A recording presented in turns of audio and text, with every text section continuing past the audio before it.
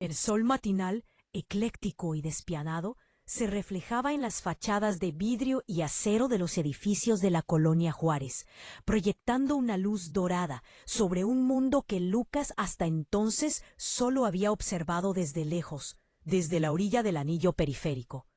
Yo observaba esa escena cotidiana desde mi balcón, mientras tomaba mi café. La ciudad despertaba por capas y yo conocía bien la división. Estaban los que pertenecían por derecho al interior de esas torres de mármol y poder, y los cuyo destino era limpiarlas cuando los primeros regresaban a casa, al caer la noche. Ese chavo, con su aire perdido y la ropa demasiado grande, estaba a punto de cruzar esa línea invisible, pero tan real, y por alguna razón mi corazón se apretó. Sus tenis, imitaciones burdas de una marca americana famosa, rechinaban de forma ensordecedora en el mármol pulido mientras empujaba las pesadas puertas giratorias de latón de Dumont Asociados, banca privada.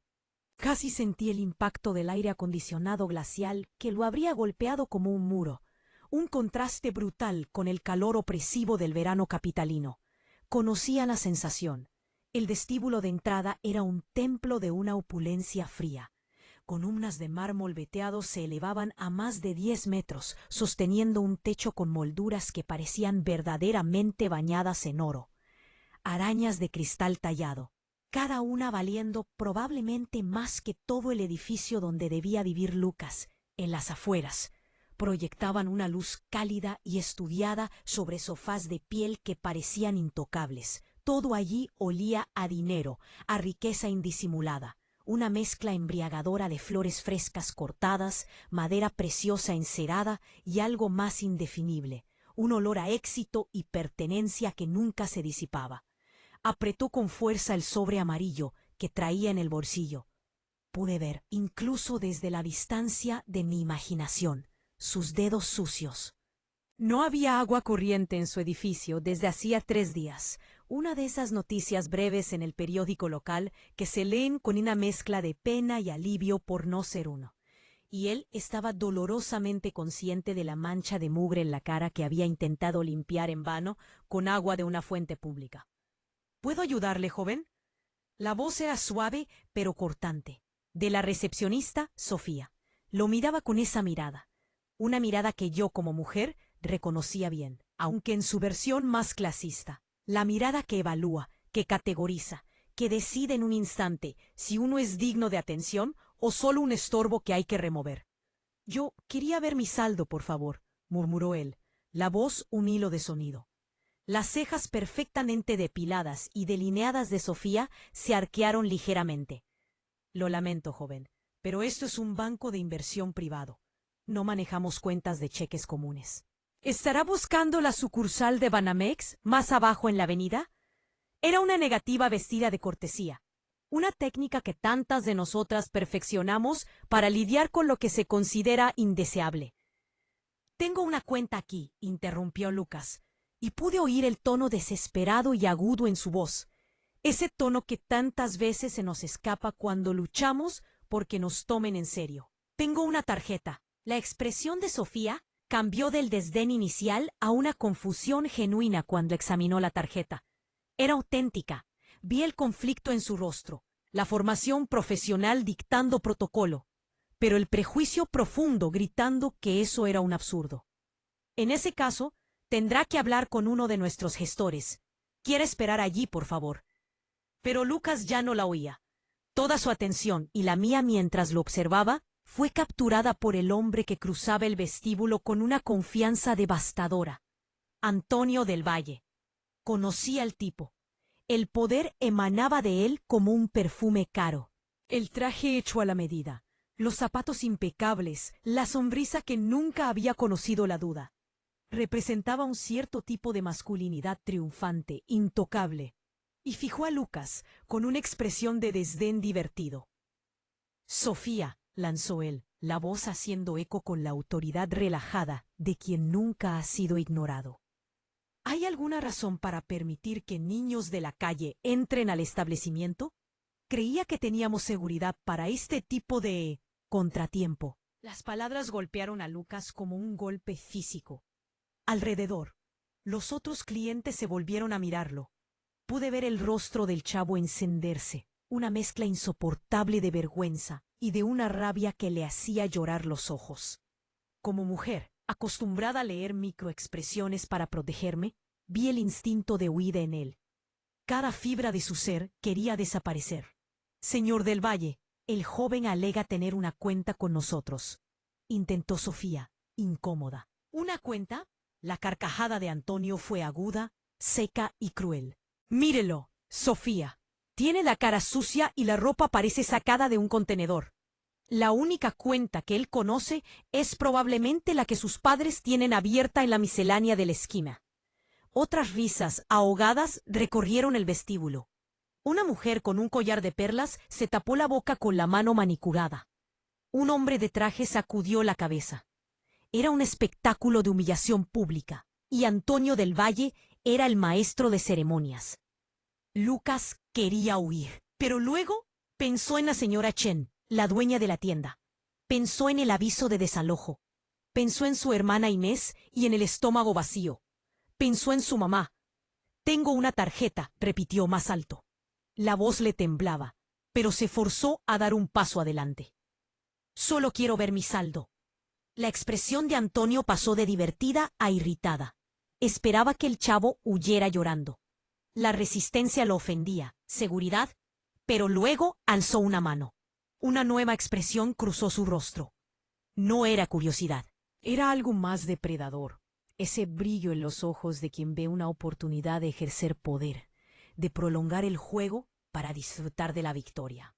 Esperen, en realidad, esto puede ser divertido. Se recostó en la silla de piel. Ven acá, muchacho.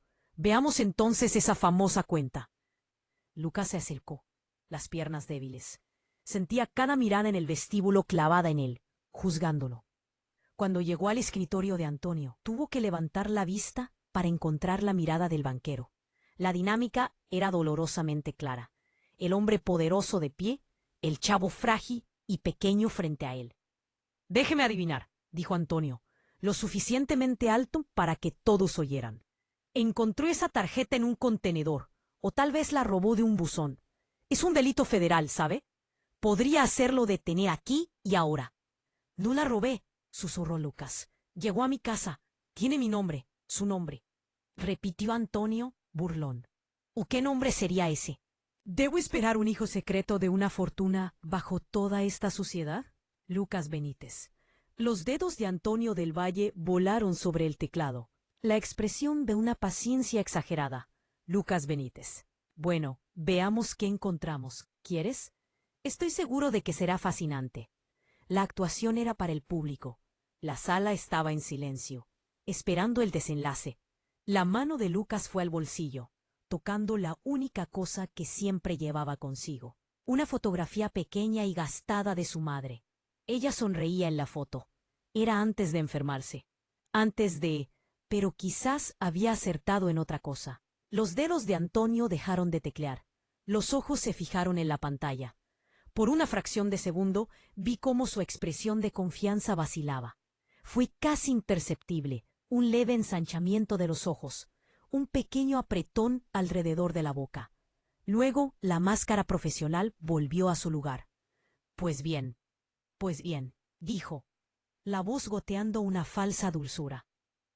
Parece que sí tiene una cuenta, Lucas Benítez. ¿Quién lo diría? Hizo una pausa dramática. Señoras y señores, parece que tenemos un cliente legítimo entre nosotros. La cuenta muestra un saldo de... Se detuvo a mitad de la frase. Esta vez el destello de sorpresa duró más. La sonrisa se congeló en su rostro. Se puso tensa. El saldo muestra... recomenzó, pero la voz había perdido gran parte de la certeza burlona. Observé el rostro del banquero pasar por una serie de cambios rápidos. Confusión, incredulidad, shock y algo más. Algo que se parecía casi al miedo. Esto es imposible, murmuró él, tan bajo que solo Lucas habrá oído. Antonio del Valle había visto muchas cosas, pero nunca, en 23 años de banca privada, había visto algo como lo que estaba en la pantalla. El número no tenía sentido. No podía ser real. Tenía que ser un error. Porque no había posibilidad alguna de que ese chavo sucio, que parecía no haber comido decentemente en semanas, tuviera una cuenta en ese banco con esa cantidad. Parece haber un problema técnico, dijo cautelosamente. El sistema está mostrando, información claramente incorrecta. ¿Qué dice?, preguntó Lucas, la voz pequeña. Antonio miró al chavo. Realmente lo miró, por primera vez. Y yo, a través de mis ojos de narradora, también lo vi. La suciedad no era de juego, era la suciedad de la privación. La ropa no estaba solo vieja, se estaba deshaciendo. El remiendo en las tenis no era una solución temporal, era permanente. Era un chavo en la pobreza real, y según la pantalla, tenía un saldo de 40 millones de pesos. «Sofía», llamó Antonio, intentando mantener la voz estable. «Venga aquí un instante, por favor». La recepcionista se acercó, los tacones haciendo eco en el mármol. «Verifique algo en su terminal. Busque la cuenta de Lucas Benítez». Él deletreó el número. Los dedos de Sofía se movieron con eficiencia profesional. Vi el instante exacto en que encontró la cuenta. Los ojos se le abrieron de par en par y la sangre pareció drenarse de su rostro perfecto. «Señor del Valle, el saldo». «Yo sé lo que muestra», cortó él. «La cuestión es si usted ve lo mismo que yo». «Es lo mismo», confirmó Sofía, la voz temblando ligeramente. 40.300.000 pesos. La mente de Antonio aceleró. Tenía que ser lavado de dinero. O quizás la cuenta era de los padres, criminales. No había otra explicación lógica. «Lucas», dijo, el tono más serio, «tiene que ser completamente honesto conmigo. ¿Dónde consiguió esta tarjeta?» «Llegó por correo. Hace 6 meses. Venía con una carta». «¿Una carta de quién?» «De mi mamá». La voz de Lucas se quebró ligeramente en la última palabra, antes de que ella huyera. El vestíbulo, que susurraba de curiosidad, se silenció de repente. Antonio sintió algo incómodo retorcerse en su pecho. Algo que tal vez se parecía a la vergüenza, aunque rápidamente lo rechazó. «Comprendo», dijo cautelosamente. «¿Y su mamá era?» «Mi mamá era señora de la limpieza», dijo Lucas, levantando ligeramente la barbilla, desafiando la vergüenza que Antonio claramente esperaba que sintiera. Tenía 3, a veces 4 trabajos. Eso tenía aún menos sentido.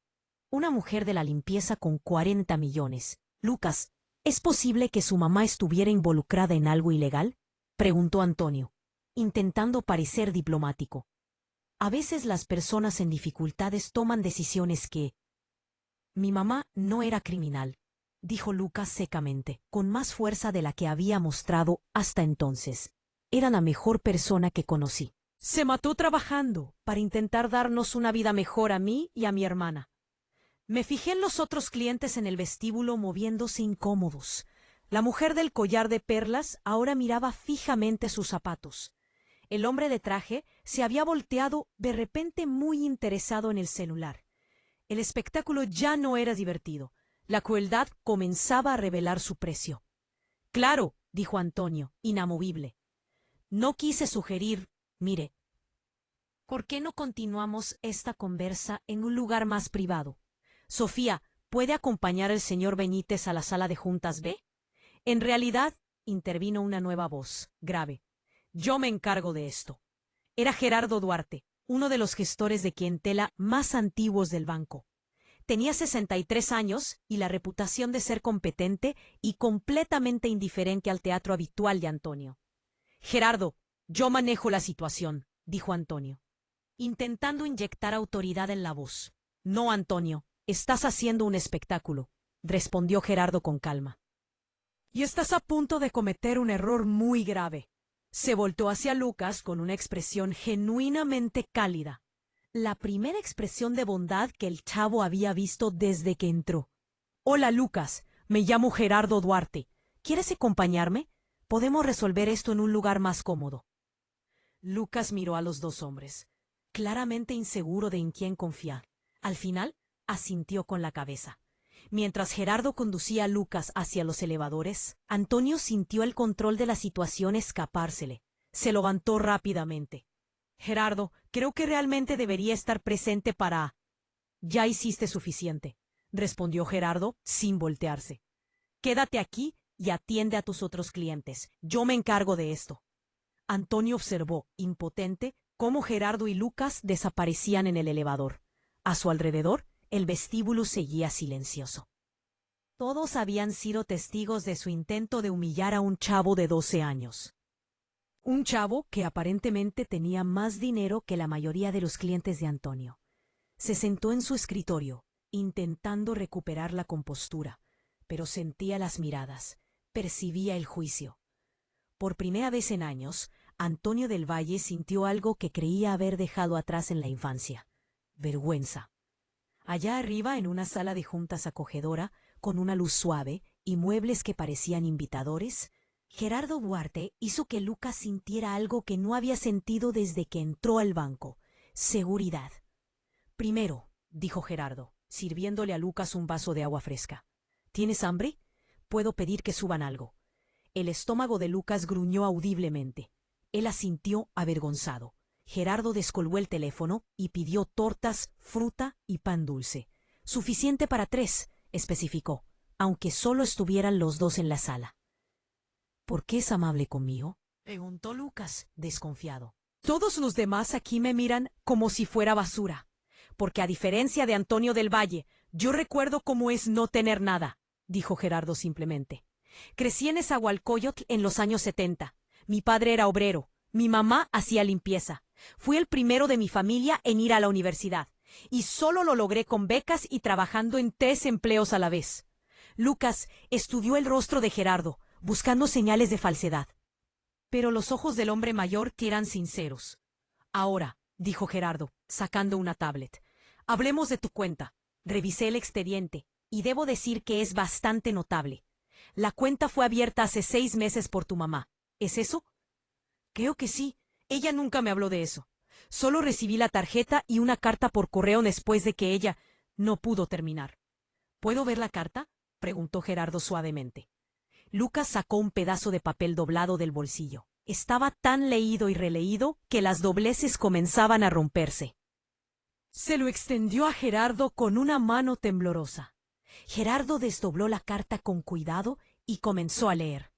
Mientras sus ojos recorrían la página, la expresión pasó de la curiosidad profesional a una emoción profunda. Cuando terminó, tuvo que aclarar la garganta antes de hablar. Lucas, dijo suavemente, tu mamá era una mujer extraordinaria. ¿De dónde vino este dinero?, preguntó Lucas. No entiendo. Nunca tuvimos dinero. Apenas teníamos para pagar la renta. Mi mamá trabajaba siempre, pero siempre estábamos sin un centavo. Gerardo miró los detalles de la cuenta en la tablet, luego la carta, luego a Lucas. Cuando habló, la voz estaba cargada de emoción. Hace 6 meses, tu mamá vino a este banco. No entró por la puerta principal. Usó la entrada de servicio porque estaba aquí para trabajar, como parte del equipo de limpieza. Pero consiguió una cita con uno de nuestros gestores más jóvenes, alguien que se dignó escuchar su historia. ¿Qué historia? Lucas se inclinó hacia adelante. Tu mamá había estado ahorrando dinero durante años. Cada centavo extra que ganaba iba a una caja de zapatos debajo de la cama. Ella le dijo a nuestro gestor que sabía que estaba enferma, que los médicos le habían dicho que no tenía mucho tiempo, y quería asegurarse de que tú y tu hermana fueran cuidados. Lucas sintió las lágrimas subirle a los ojos. Pero éramos tan pobres. ¿Cómo podía haber ahorrado tanto? Ella no ahorró, dijo Gerardo suavemente. El dinero en tu cuenta no viene de ahorros, Lucas. Viene de un seguro de vida. ¿Seguro de vida? La voz de Lucas era un hilo de sonido. Gerardo asintió con la cabeza. Tu mamá pagó un seguro de vida durante más de 10 años. Pólizas pequeñas, probablemente 500 o 700 pesos al mes, que ella logró conseguir incluso cuando no tenían dinero para comida. La póliza tenía un valor de 40 millones de pesos. El número era tan vasto que Lucas ni siquiera podía procesarlo. 40 millones. No era real. Pero hay más, continuó Gerardo. Tu mamá fue muy específica sobre cómo quería que se manejara el dinero. Creó un fideicomiso con condiciones muy particulares. El dinero es tuyo y de tu hermana, pero está protegido. No puedes acceder a la totalidad hasta que cumplas 25 años. Hasta entonces, tienes acceso a una mensualidad que es más que suficiente para cubrir todos tus gastos. Vivienda, comida, educación, todo lo que necesites. Lucas miró fijamente a Gerardo, incapaz de hablar. Su mamá, que se había matado trabajando, que había usado las mismas 3 mudas de ropa durante años, que a veces se saltaba comidas para que Inés y él pudieran cenar. Había logrado dejarles millones. ¿Por qué no me lo dijo? Logró finalmente preguntar Lucas. Según su carta, dijo Gerardo, tocando suavemente el papel gastado. Ella no quería que supieras que se estaba muriendo. No quería que tus últimos recuerdos de ella estuvieran llenos de tristeza y miedo. Quería que la recordaras como fuerte, como capaz de cuidarlos incluso después de partir. Alguien tocó la puerta. Una joven entró con una bandeja de comida. La dejó en la mesa, sonrió amablemente a Lucas y salió. Come, animó Gerardo. Tenemos más cosas que discutir, pero necesitas comer primero. Lucas agarró una torta y comió como si no hubiera visto comida en días, lo que no estaba lejos de la verdad. Mientras comía, Gerardo le explicó más sobre la cuenta, el fideicomiso, la necesidad de un tutor legal. ¿Y mi hermana? Preguntó Lucas entre bocados. Inés solo tiene 8 años. ¿Esto también la puede ayudar? El fideicomiso los cubre a los dos, aseguró Gerardo. Tu mamá se encargó de eso. Inés está incluida en todas las disposiciones. Lucas terminó 2 tortas y comenzaba la tercera cuando el teléfono de Gerardo vibra. Lo miró y frunció el ceño. Parece que Antonio del Valle hizo algunas llamadas, dijo Gerardo. Está muy preocupado por la legitimidad de tu cuenta. Sugiere que deberíamos involucrar a las autoridades fiscales. Alega que puede ser lavado de dinero o fraude. Lucas sintió el pánico subirle al pecho. Pero mi mamá no. Lo sé, dijo Gerardo firmemente, y tengo toda la documentación para probarlo.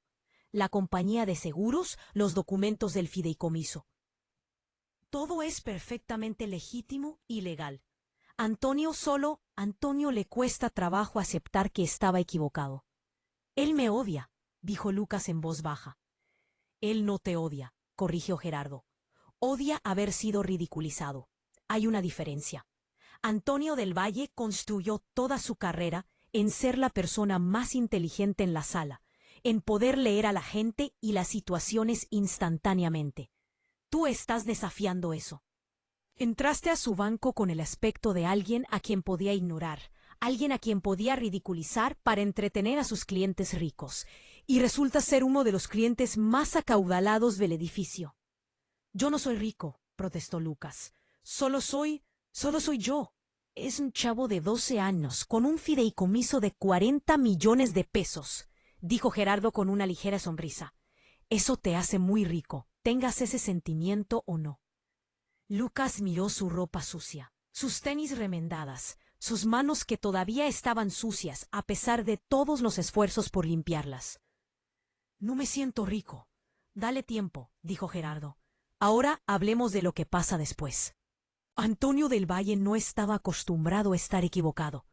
En su mundo cuidadosamente construido, siempre estaba 3 pasos adelante, siempre en control.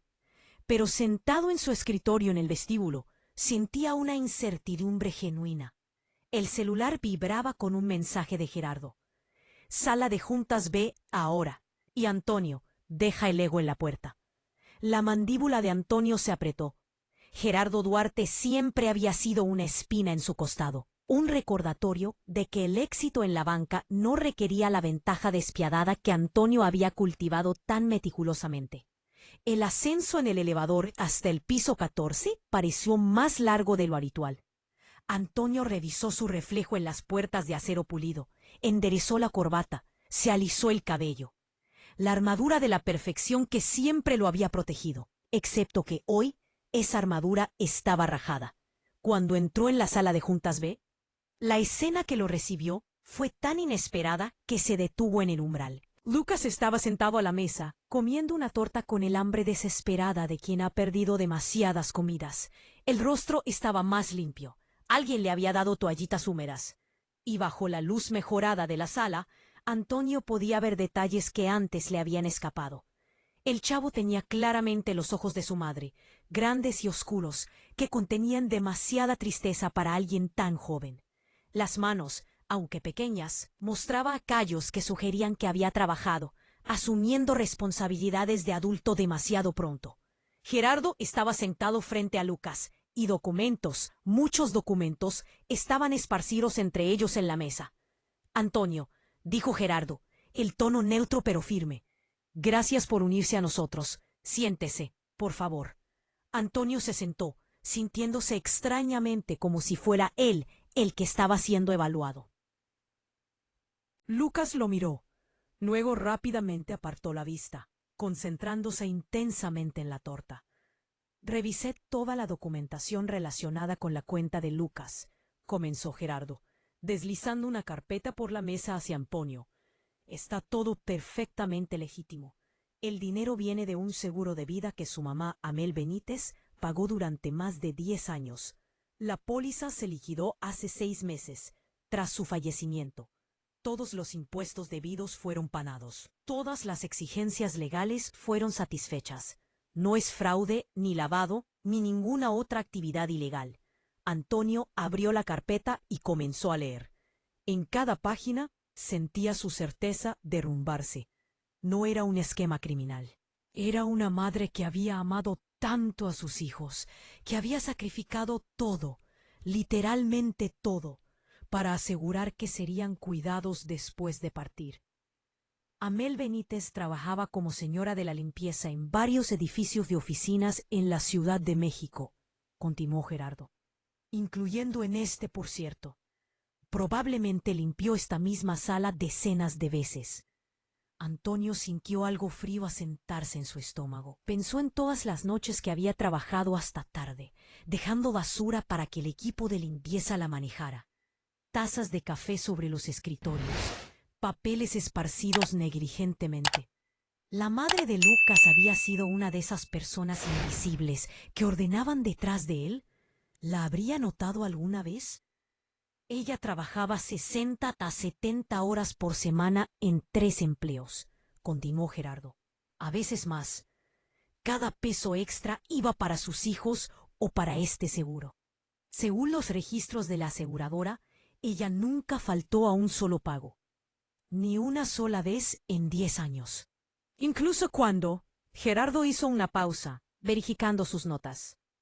Incluso cuando estuvo hospitalizada 3 días con una neumonía hace 4 años, hizo el pago a tiempo.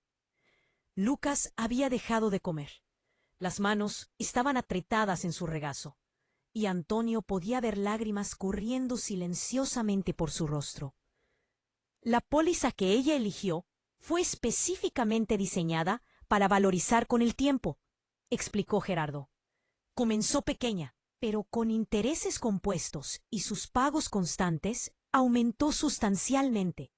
Ella estructuró todo a través de un fideicomiso para proteger a sus hijos.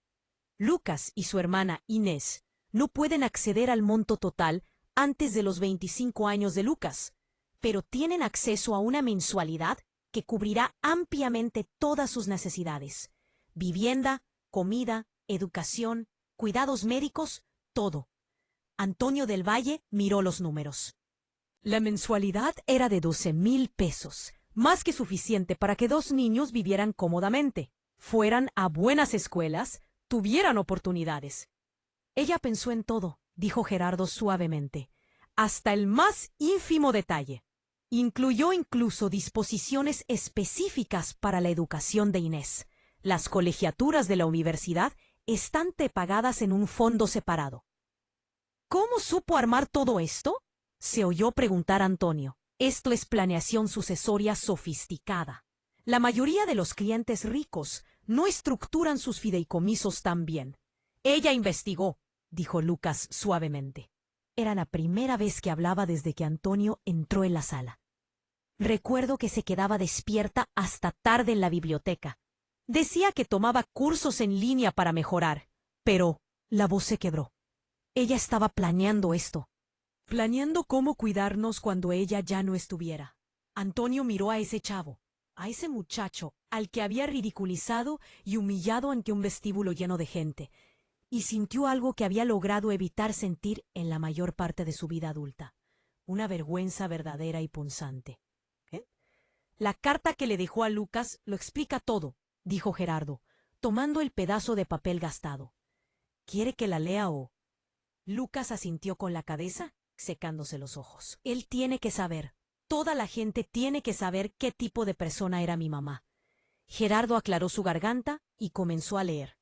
Mi muy querido Lucas, si lees esto es porque ya partí, y siento mucho no haber podido quedarme más tiempo. Siento mucho cada cumpleaños que voy a perder, cada graduación que no voy a ver, cada momento de tu vida que no podré compartir. Pero necesito que sepas algo importante. No me arrepiento de la vida que viví. La gente va a mirar lo que hice. Tener varios empleos, estar siempre cansada, no poder darnos cosas bonitas. Y va a pensar que fracasé. Va a pensar que debí haber hecho algo diferente, ser otra persona. Pero Lucas, yo era exactamente la persona que necesitaba ser. Era tu mamá, y una madre nunca fracasa. Limpié las oficinas de personas que creían que mi nombre valía menos que el tapete que pisaban. Sabía que era invisible a sus ojos, y usé esa invisibilidad como una armadura, como mi mayor ventaja. Mientras ellas me miraban de arriba a abajo, yo las observaba pensando que yo era inofensiva. Y mientras tanto, cada peso que lograba arrancarle a la vida, lo enviaba a mi banco para que nunca tuvieras que sentirte invisible por falta de dinero. No pude darte riqueza en vida, pero te di el sacrificio de mi mayor amor. Eres tú el heredero, Lucas. No del dinero, sino de mi dignidad y de mi fuerza. Ten orgullo de tu nombre. Ten orgullo de Amel Benítez. Y ve a vivir la vida que tú y Inés merecen. Los amo más de lo que las palabras pueden decir. Y nunca te preocupes por la cena. Me aseguré de que nunca les falte. Tu mamá. Un silencio pesado, absoluto, llenó la sala. Antonio del Valle se levantó bruscamente, sin una palabra, el rostro deshecho. Salió apresuradamente de la sala de juntas, dejando atrás el testimonio del amor más puro y más caro que alguna vez había visto. Lucas secándose las lágrimas. Le preguntó a Gerardo, ¿mi mamá era una buena cliente? Gerardo sonrió suavemente. Tu mamá, Lucas, fue la mejor cliente que este banco alguna vez tuvo. Fue la única en poseer una riqueza que nunca podremos igualar, la del corazón. La vida de Lucas e Inés fue transformada para siempre, su futuro asegurado por un acto de amor y sacrificio más allá de toda medida. Antonio, por su parte, fue forzado a confrontar la realidad de que todo su oro no valía nada frente al legado de dignidad y amor dejado por una simple señora de la limpieza. Y yo, desde mi balcón, seguí observando la ciudad, pero con un nuevo conocimiento, que las historias más poderosas no siempre son gritadas desde la cima de los rascacielos, sino susurradas desde su base, por aquellos que los construyen y limpian, y que a veces dejan para atrás un tipo de riqueza que ningún banco puede cuantificar.